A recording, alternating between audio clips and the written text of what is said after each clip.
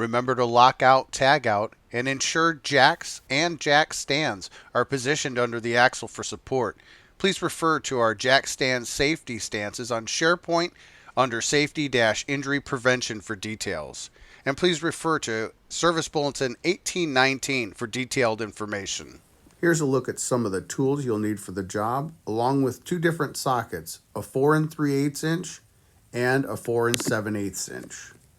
Once the hubcap is off, we can get that grease cleaned up so that we can see where the set screw is, as highlighted by the red arrow. Time to get out that Allen head wrench set. We will begin by removing the set screw. Here's a close-up of what it looks like. Next, we're going to want to remove the outer nut.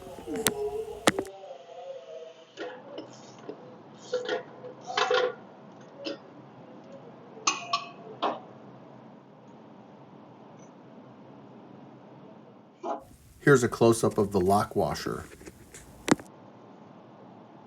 Now we'll remove the lock washer.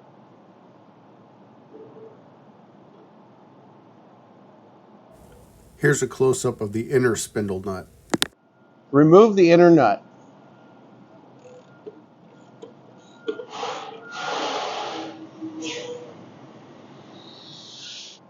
All right, assuming that all your repairs have been completed, whether it's been a wheel seal or a bearing replacement, we're going to go ahead and start the installation process. We're going to, after installing the outer bearing, just a little note about that outer bearing.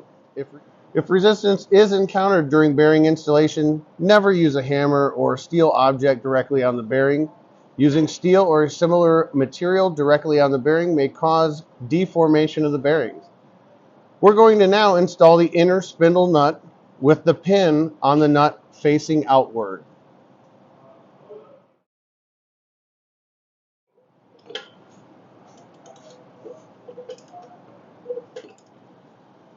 While turning the hub, torque the inner nut to 200 foot-pounds plus or minus 5 foot-pounds. Note, the hub should turn freely.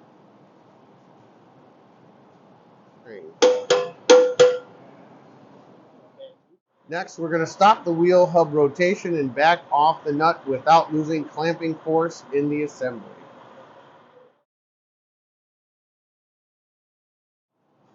While turning the hub, retorque the nut to 50 foot-pounds plus or minus 5 foot-pounds. Back the inner nut off 1/4 turn, then install the lock washer.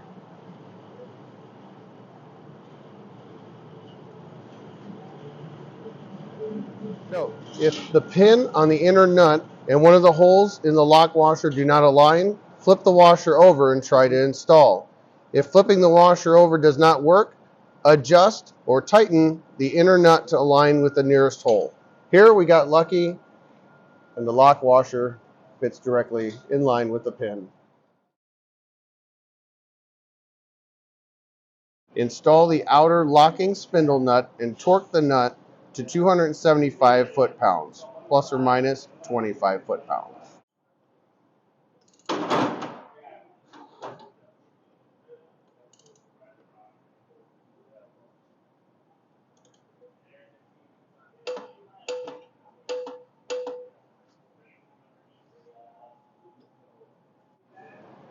Now that that's complete, we will check our bearing end play.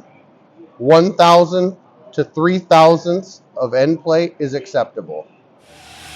We're going to grasp the wheel or hub assembly at the 3 o'clock and 9 o'clock positions.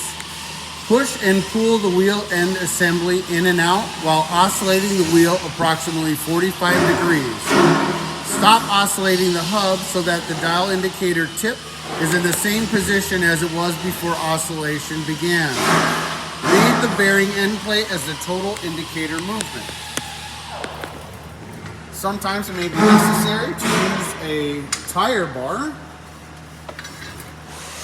to be able to find your 1 to 3,000ths of acceptable end play.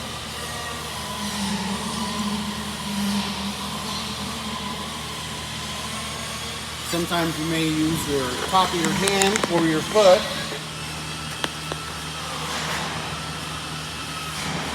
The point is that you want to be able to be within the measurable specs of 1 to 3 thousandths. If wheel end play is not acceptable or not within specs, inspect your installation, retorque the wheel end, and check it again. Now that the set screw is installed into the lock washer, rotate the wheel in both directions to assure that the wheel turns freely.